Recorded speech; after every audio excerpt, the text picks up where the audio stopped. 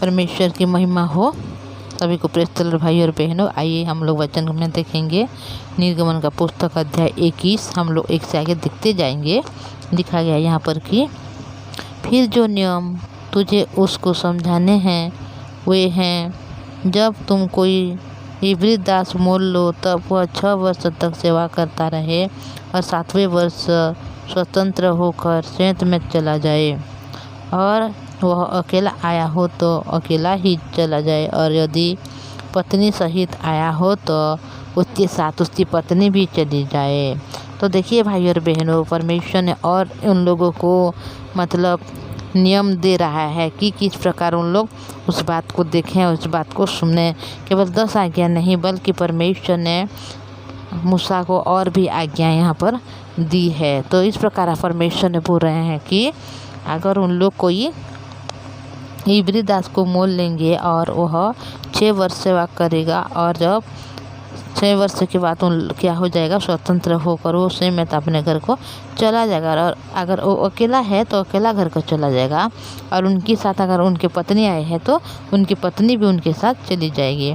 यदि उसके स्वामी ने उनको पत्नी दी हो और उससे बेटे और बेटियां उत्पन्न हुई हो तो उसकी पत्नी और बालक उस स्वामी के ही रहे और वह अकेला चला जाए। तो देखिए, अगर कोई पत्नी आया है उनके और वह अपनी पत्नी को अपने स्वामी के साथ दिया है और उनके कोई बच्चा है तो वो पत्नी और बच्चा उनके साथ रहेंगे, पर वो अकेला जो आया है वह पुरुष चला जाएगा और वह अकेला चला जाए। परंतु यदि वह दास दृढ़ता से कहे, मैं अपने स्वामी और अपनी पत्नी और बालकों से प्रेम रखता हूँ, इसलिए मैं स्वतंत्र होकर नहीं जाऊँगा।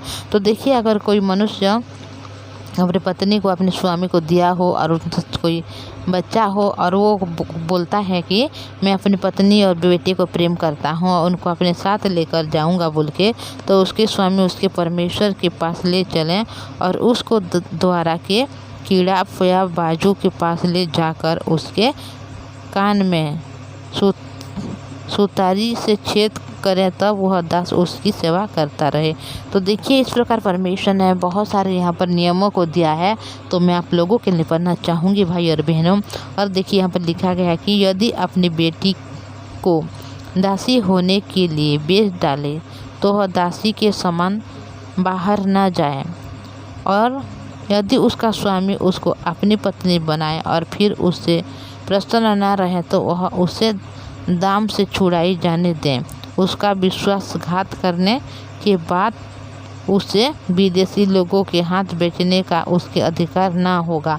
तो देखिए, अगर कोई अपनी बेटी को अपने स्वामी को दिया हो और वो उसके साथ विवाह किया हो तो उनके साथ रहेंगे, और अगर वो जो दास मतलब जो स्वामी ने उनसे प्रसन्न नहीं रहता है तो उनको दाम देकर छुड़ाए जाएंगे और उनको विदेशी के लोगों से हाथों में नहीं बिकेंगे, उनके अधिकार में नहीं होगा।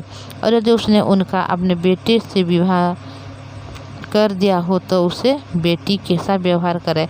तो देखिए, अगर किसी ने उसके बेटे का विवाह कर चुका है तो उसके साथ अपनी बेटी के जो जैसा उनके साथ व्यवहार कर, चाहे वह दूसरी पत्नी कर ले तो भी उसका भोजन वस्त्र और संगति न घटाए। तो देखिए, अगर कोई दूसरी विवाह किया हो और उसके बेटे हो गया है तो उसको क्या करेंगे, अपनी पत्नी अगर हो पहले वाला फिर भी उनको मतलब उनके सारी सुरक्षा और उनकी जिम्मेदारी उनका होगा बोल के यहाँ पर लिखा गया। और यदि वो इन सब बातों में घटी करे तो वह स्त्री बिना दास चुकाए ही चली जाए। अगर कोई स्वामी ने विवाह किया हो और अगर उनकी जिम्मेदारी को नहीं उठा रहा है तो वह स्त्री अगर नहीं चाहेगा वहाँ पर रहने के लिए तो वह जा सकता है। जो किसी मनुष्य को ऐसा मारे कि वह मर जाए तो वह भी निश्चय मारा डाला जाएगा। तो देखिए, परमेश्वर ने यहाँ पर एक वचन को दिया है, एक नियम को, कि अगर कोई मनुष्य को इस प्रकार मारे कि वह मर जाएगा तो उसको मारा डाला जाएगा बोल के लिखा गया है। यदि वह उसको घात में न बैठा हो और परमेश्वर की इच्छा से ही वह उसके हाथ में पड़ गया हो तो ऐसा मानने वालों को भागने के लिए मैं एक स्थान ठहराऊंगा जहां वह भाग जाएगा। तो भाई और बहनों, जब मैं पढ़ रही हूँ तो आप लोग सुन रहे हैं तो आपको पता चल जाएगा कि परमेश्वर ने कैसे कैसे मतलब वहाँ पर नियम को दिया है। परंतु यदि कोई ढिठाई से किसी पर चढ़ाई करके उसे छल से घात करे तो उसको मार डालने के लिए मेरी वेदी के पास से भी अलग ले जाना। तो अगर कोई ढिठाई से मारेंगे तो उसको वेदी से भी अलग ले जाना बोल के यहाँ पर लिखा गया है। भाई और बहनों, तो हम हर एक बातों को देखेंगे कि परमेश्वर ने कितना मतलब नियम को दिया है इस्राएली लोगों को। उन लोग तो बोले हैं कि हाँ परमेश्वर, आप लोग जो भी हमें नियम दोगे हर एक नियम को हम लोग नित्य से ही मानेंगे बोल के। तो अभी परमेश्वर उन लोगों को नियम दे रहे हैं, तो उन लोग कैसे करेंगे हर एक बातों को हम लोग देखेंगे और जानेंगे। देखिए यहाँ पर और एक नियम के बारे में लिखा गया है कि जो अपने पिता या माता को मारे पीटे वह निश्चय मारा डाला जाएगा, और जो किसी मनुष्य को चुराए चाहे उसे ले जाकर बेच डाले चाहे वहाँ उसको यहाँ पाया जाए तो वह भी निश्चय मारा डाला जाएगा। तो देखिए बहुत सारे नियम को परमेश्वर ने दिया है, और ये बोल रहे हैं कि जो अपने पिता या माता को श्राप दे वह भी निश्चित मारा डाला जाएगा। तो भाई और बहनों, कोई भी अपने माता पिता को श्राप ना दें, क्योंकि वहाँ उसको मारा डाला जाएगा बोल के लिखा गया है।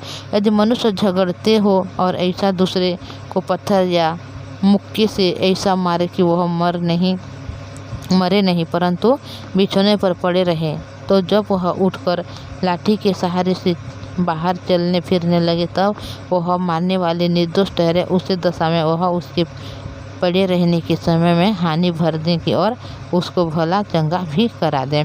तो देखिए अगर कोई अनजाने में किसी को मार रहा है मुटके में, तो अगर उसके हाथ और उनके पैर में मतलब टूट ही जाता है और बिस्तर में वो पड़ता है, तो उसको जो मारने वाला है वो क्या करे, उनकी मतलब सेवा करें, उनकी देखभाल करें और उनको हर एक बातों में उनकी सहायता करें, उनको चंगा भी कराएं। और यदि कोई अपने दास या दासी को सीटे से ऐसा मारे कि वह उसके मारने से मर जाए तब उसको निश्चय दंड दिया जाएगा। परंतु यदि वह एक दिन जीवित रहे तो उसके स्वामी को दंड नहीं दिया जाएगा, क्योंकि वह दास उसका धन है। देखिए आप लोगों के लिए मैं पढ़ना चाहूँगी, आप लोग एक टाइम को निकालेंगे, इस वचन को पढ़ेंगे, क्योंकि ये परमेश्वर का दिया हुआ वचन है जो इस्राएल लोगों को ये जो नियम है परमेश्वर ने दिया था। तो मैं आप लोगों को पढ़ना चाहूँगी। यहाँ पर लिखा गया है कि 22 में, यदि मनुष्य आपस में मारपीट करके किसी गर्भिणी स्त्री का ऐसा चोट पहुँचाए कि उसका गर्भ के गिर जाए परंतु और कुछ हानि ना हो, तो मानने वाले से उतना दंड लिया जाए जितना उस स्त्री का पति पंच के सम्मति से ठहराए।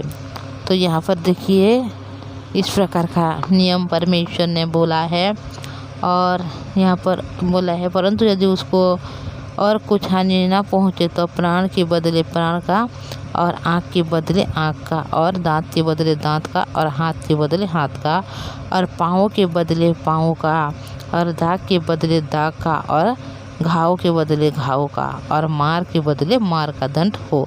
तो देखिए यहाँ पर भाई और बहनों कितने मतलब परमेश्वर कितना है महान है कि वह इस प्रकार के मतलब नियम को दे रहे हैं, ताकि मनुष्य सचमुच में जान सकें कि परमेश्वर की तुल्य कोई नहीं है, और परमेश्वर जो नियम दिए हैं उस नियम को कभी भी मनुष्य उसकी पालन नहीं कर सकता, क्योंकि परमेश्वर अनुग्रह से द्वारा मनुष्य को हर एक नियम को मतलब जिताना चाहता है, अपनी दया से ही मनुष्य को अनुग्रह देना चाहता है। जिस वजह से अभी परमेश्वर इतना ज़्यादा नियम को दे रहे हैं, और ये बोल रहे हैं कि जब कोई अपने दास या दासी की आँख पर ऐसा मारने की फूट जाए तो वह उसकी आँख के बदले उसके स्वतंत्र करके जाने दे, और यदि वो अपने दास या दासी को मार के उसका दांत तोड़ डाले तो वह उसके दांत के बदले उसे स्वतंत्र करके जाने दे। तो ये हम जो वचन को देख रहे हैं तो हमें बहुत ज़्यादा मतलब भय सा लग रहा है भाई और बहनों। इतना ज़्यादा जो है नियम हम क्या मान पाएंगे, क्या नहीं पाएंगे भाई और बहनों। तो और भी मैं आप लोगों को पढ़ना चाहूँगी कि परमेश्वर ने कितना नियम को दिया है, कितना आज्ञा को दिया है। और इस्राएल लोग भी इस प्रकार बोले हैं कि हम लोग हर एक नियम को, हर एक आज्ञा को मानेंगे बोल के। तो हम लोग आगे देखेंगे कि सचमुच में परमेश्वर का इस नियम को क्या इस्राएली लोग मान रहे हैं या नहीं मान रहे हैं। बहुत ज़्यादा है जो हम पढ़े, इतना जो बहुत ज़्यादा मतलब ये जो नियम है बहुत ज़्यादा मतलब इस प्रकार स्ट्रॉन्ग है कि हम कोई भी मान नहीं सकते। मुझे ऐसा लगता है भाई और बहनों, पर परमेश्वर का जो वचन है और परमेश्वर के द्वारा सब कुछ हो सकता है। परमेश्वर खुद अगर किस नियम को मानने के लिए अगर खुद हमारे हृदय में आके बोलेंगे और हमारे हृदय से बातें करेंगे तो हम ज़रूर मान सकते हैं। तो इस मनुष्य की वही बस की बात नहीं है, ये परमेश्वर की ओर से एक नियम कहा गया है। तो परमेश्वर कुछ ऐसे रखे होंगे कि अगले समय में हम हर एक बातों को जानेंगे कि परमेश्वर इतना ज़्यादा नियम क्यों दिया, क्यों परमेश्वर चाहता है कि सचमुच मनुष्य इस प्रकार नियम को माने, या परमेश्वर ये दिखाना चाहता है कि मनुष्य कुछ भी नहीं कर सकता, बल्कि मनुष्य केवल बोल ही सकता है पर मान नहीं सकता, और परमेश्वर के अनुग्रह की उसकी ज़रूरत है, वो बात को सिखाना चाहते हैं। तो हर एक बातों को हम लोग धीरे धीरे करके देखेंगे और जानेंगे। तो मैं आपको एक रिक्वेस्ट करना चाहूँगी, अगर आप इस चैनल में नहीं में आए हैं तो इस चैनल को सब्सक्राइब कीजिए, लाइक और शेयर कीजिएगा। तो प्रार्थना में जाएंगे भाई और बहनों, आइए प्रार्थना करेंगे। धन्यवाद पवित्र परमेश्वर पिताजी, धन्यवाद करते हूँ प्रभु। आज जब हम आपके जीवित वचन को देख रहे हैं प्रभु जी कि किस प्रकार प्रभु इतना ज़्यादा जो नियम, इतना ज़्यादा आज्ञा को दिए हैं इस्राएली लोगों को कि उन लोग उस नियम का पालन करें। अगर कोई उसके नियम को पालन करेंगे तो वो उसके निजी पुत्र या निज भूमि ठहरेंगे बोल के आपकी जीवित वचन कहता है प्रभु जी। पर जब इस वचन को हम देखते हैं प्रभु जी कि हमें बहुत ज़्यादा अचंभित लगता है कि हम कभी भी इस प्रकार नियम को पालन नहीं कर पाएंगे जैसा हमें लगता है प्रभु।